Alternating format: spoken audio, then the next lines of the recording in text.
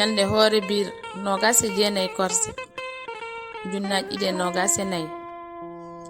caggal jibinede annabi Isa mo jame kise ngone mumo hawre aset 23 taski tan ujunere temen 450 ferko ñalde malande men kettuɗen law guri fulfulde TV daarol ko ɗum ɓuri laamɗo jeggi jiyara Allah nayi ɗum sokoye ɗum arti tafi kono 99 sagata o watti ɓe temedere ɓe jaari waño laamɗo goɗɗo ɓurɗo mawnude laamanteri kañumne ina tafi kono ngam yiilonoyaade ɗum temedere sagata ina layyo ɗumen nden kono ngu dawi ngam yiiloyaade temedere sagata aɓe jaha e nder ladde tan haa ɓe janodiri e laamɗo goɗɗo ina wondi e kono mum ɓe limi ɓe tawi koɓe temedere ɓe mbi enen deyi Allah foftini en ɓe jaggi laamɗo e kono mum ɓe nawani laamɗo mawɗo o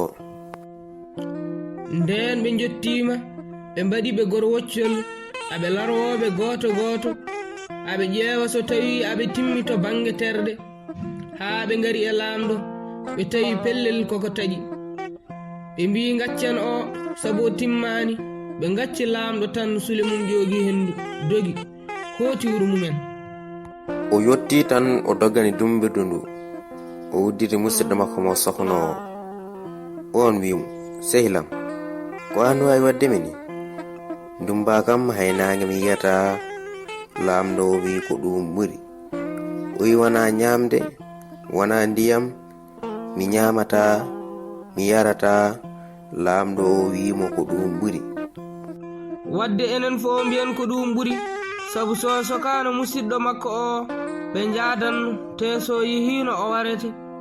kankone so fellano feɗeno makko ndu taƴi o wareteno wadde ko ɗum ɓuri e mabɓe nde wonno ko jomiraɗo woni joom ɓural ko waɗi fof ko ɗum ɓuri o diwini wadde ko ala ɓural koye sawtuwol tegel jaayi mo juuti ceeri e arɗo jaamo windi ñiiɓe fulfulde TV wiyen so hakkille asi woyndu miijo turo ƴooga so neɗɗagal jabbi ngesa ndimaago aawa so konngol ƴeesima yo miijo sor yo jam ñallu saro e adunaru ndu kala